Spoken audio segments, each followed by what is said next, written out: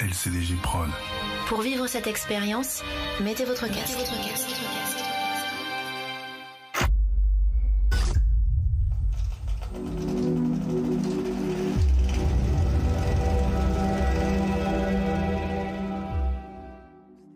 Quand on souffre d'insomnie, on n'est jamais vraiment endormi et on n'est jamais vraiment réveillé. Le blackout est une mesure de défense anti-aérienne.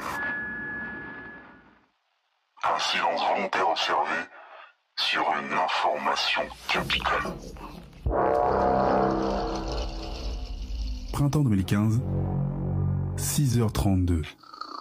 Chambre à coucher. Intérieur nuit.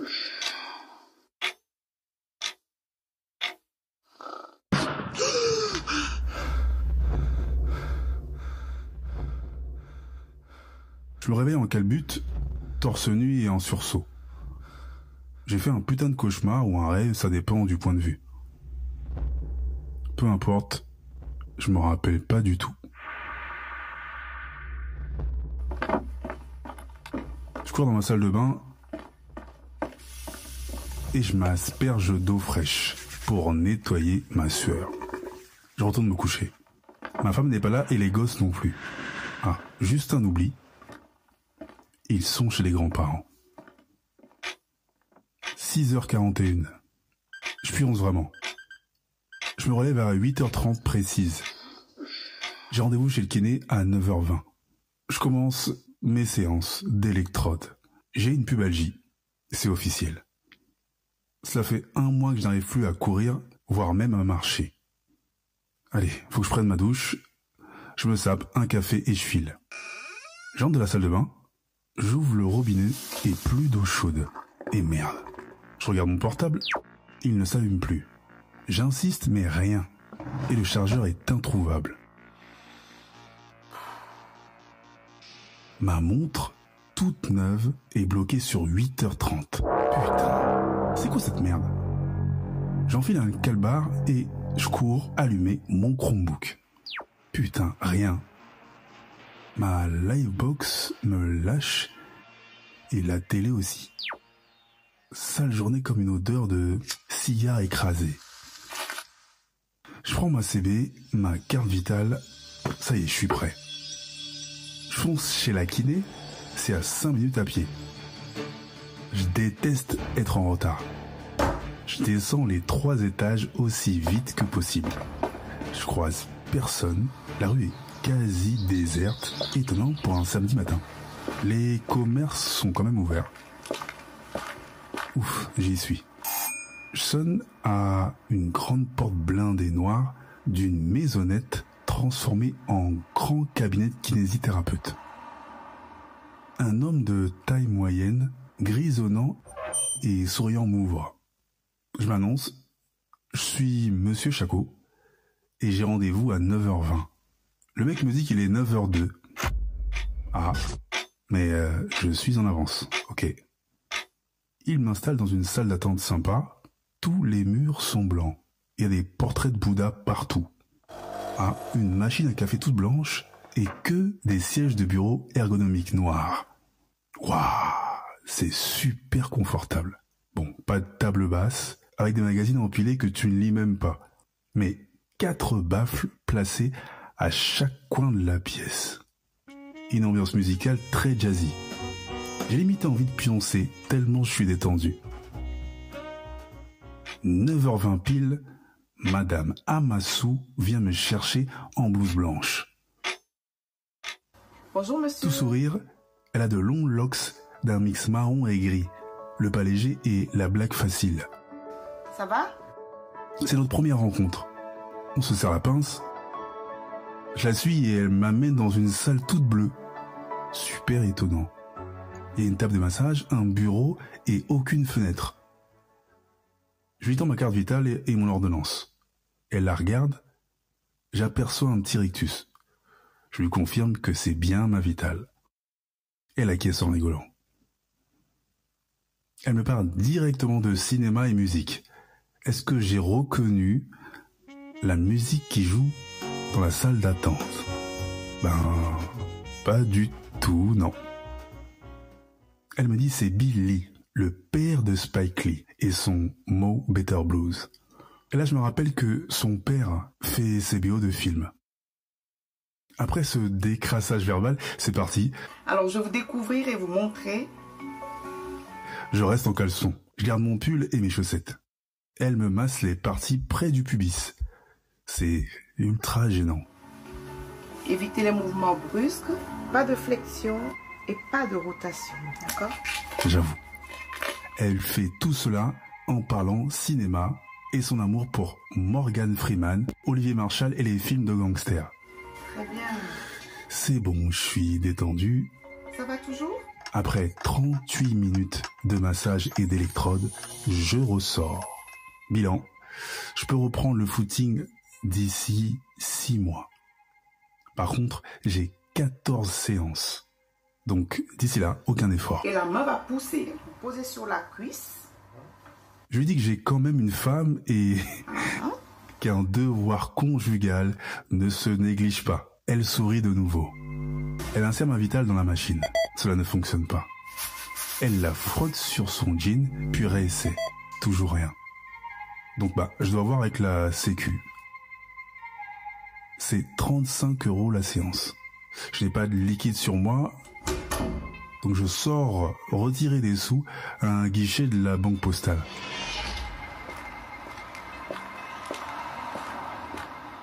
Ah, merde. Retrait épuisé, truc de fou. Je reviens et je lui explique. Compréhensive, elle me dit que je paierai à la prochaine séance, ok. C'est consternant. C'est une journée merdique. Je n'habite pas un palace non plus et je perds toujours tout. On vit dans un T3 à Grollet, dans le 9-5. Ma femme va me massacrer.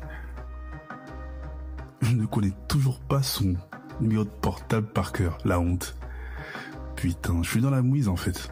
Et je n'ai aucun moyen de communication avec elle. Elle va se faire des films si elle tombe sur mon répondeur plus de 2 fois. J'ai une idée. Les cybercafés. Je trouve que c'est un truc de blédard, mais... je déteste ce genre d'endroit. Pas le choix. J'ai 5 pièces de 2 € et 1 pièce d'1 €. Le cyber est à quelques minutes de marche, juste derrière la gare. J'y suis enfin. Il doit faire 40 mètres carrés à tout casser. Et il est tenu par un paquis. 4 cabines, 3 imprimantes, 4 ordinateurs. Déjà, 3 cabines de prise. J'accède à la dernière. J'appelle ma mère, je lui explique la situation et elle me dit « C'est l'historique qui n'arrive qu'à moi ». Elle me donne le téléphone de ma femme, je le note et je raccroche. Je l'appelle, répondeur.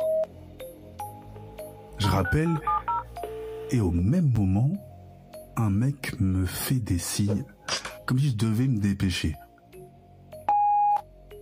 Encore répondeur. Mais il est ouf lui. Un type d'1m70 avec un chignon, le teint mat. Il ressemble à un Indien, je crois, je le calcule même pas. Il tape à la porte de ma cabine. Et il veut quoi ce zingouin là? Je paye, je reste autant de temps que je veux. Surtout que mes 3 appels me coûtent 6 €. Il insiste. Je sors de la cabine pour le remettre en place. Il me parle.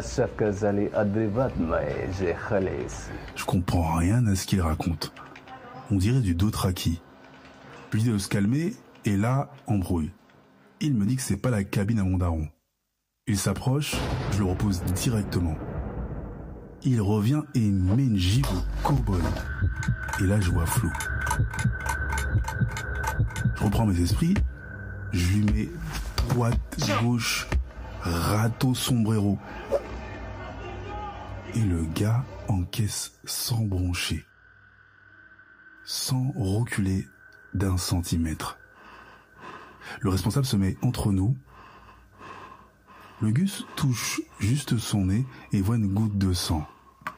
Putain, il a le corps en bois, ce con. J'ai tellement mal aux poings et aux pieds. Tranquille et serein, il sort une lame de sa veste. Les gens sortent de leur cabine et le retiennent. Le responsable appelle les flics. Je regarde l'heure sur la grosse horloge suspendue à l'entrée. Il est 10h07. Les keufs débarquent à 10h11. Le ton monte de tous les côtés. Je suis tellement vénère que j'en tremble. Sur la tête, les gars. Le peuple s'amasse dans le cyber. 2 flics en civil débarquent. Mais il y a trop de people. Et il y en a 3 autres qui arrivent. Ils dispersent les gens. Bouge pas. 2 flics me notent le dos traqué. Ils n'opposent aucune résistance et me jettent un regard aussi froid qu'une banquise. Ouais, TN17, individu interpellé. Les flics m'expliquent que, par principe, On regarde après. ils doivent me menotter également. D'abord et on réfléchit après. Évidemment, je refuse. Ils se mettent à 3 sur moi. Je me débats, j'essaie de leur expliquer, et puis à émerger les insultes. Et je prends un coup de lacrymo dans la gueule. J'arrive plus à ouvrir les yeux, tout mon visage me brûle. J'y vois que dalle. Ils nous sortent, nous foutent dans leur caisse. Allez, on se casse. J'ai l'impression que toute la ville nous observe. Là, je perds le contrôle et je traite leur mère, toute leur descendance. Tu vois pas depuis tout à l'heure ou quoi? Ils me garantissent sur facture 24 heures de garde à vue, malgré mes explications. J'ai l'impression que le trajet dure une éternité. On arrive au poste, je ne vois que d'un œil, et encore. Un bleu me tège dans une espèce de cage de 2 mètres carrés qui pue la pisse et le vomi. J'entends des mecs gueuler qu'ils ont faim, d'autres qui traitent les flics de tous les noms. Je demande de l'eau pour mes yeux, ils me disent de me pisser dessus, ça atténuera la douleur. Je suis dans un bourbier. Je me dis, c'est une journée en enfer, que Dieu, s'il existe, qu'il se manifeste. Je pense à ma famille, c'est une dinguerie. Je demande à passer un coup de fil, mais rien n'y fait. Le temps passe, puis vient la nuit. Ils me proposent un sandwich, mais je ne leur parle plus, zéro. Je prends mon pull, je l'enlève, je le roule façon oreiller, je m'allonge, je garde mon jean, mon t-shirt, mes baskets, je m'endors, bizarrement, sans aucune difficulté.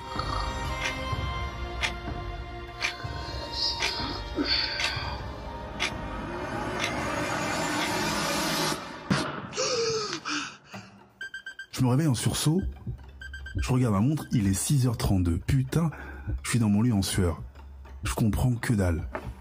Je cours dans la salle de bain, je veux m'essuyer la face, et là, pas d'eau chaude. Allez, eau froide. Je vais pisser, et j'essaie de me souvenir de mon cauchemar, mais rien. Je fais le tour de mon studio, je vois sur ma table basse, au salon, une note. Rappeler maman. Je regarde en vide un instant, et puis, je me recouche. On n'a pas toujours la vie qu'on veut.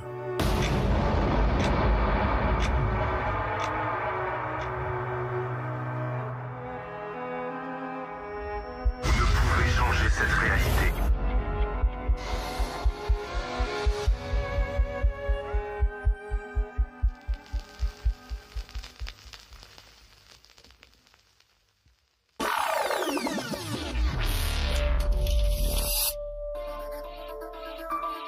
LCDG Prod. Bonjour. Je suis Kevin Chaco, la voix d'Ichronie du Gouffre, la chaîne de podcast Nouvelle Génération. Le projet est chapeauté par la même équipe. À la réalisation, Njolo Chaco pour Angel Prod et au visuel, Balik Chaco. Nous lançons une autre chaîne uniquement dédiée à de la pure fiction. Rejoins-nous et laisse traîner ton imaginaire là où il n'a pas encore été. Là où il n'ira jamais. Des histoires complètement fictives. Des lieux réels. Des personnages qui te ressemblent. Des personnages que tu sembles connaître. constitution auditive particulière. Tout ça poussé parfois à l'extrême. Bienvenue dans la dimension parallèle. Bienvenue dans LCDG Fiction. À très bientôt.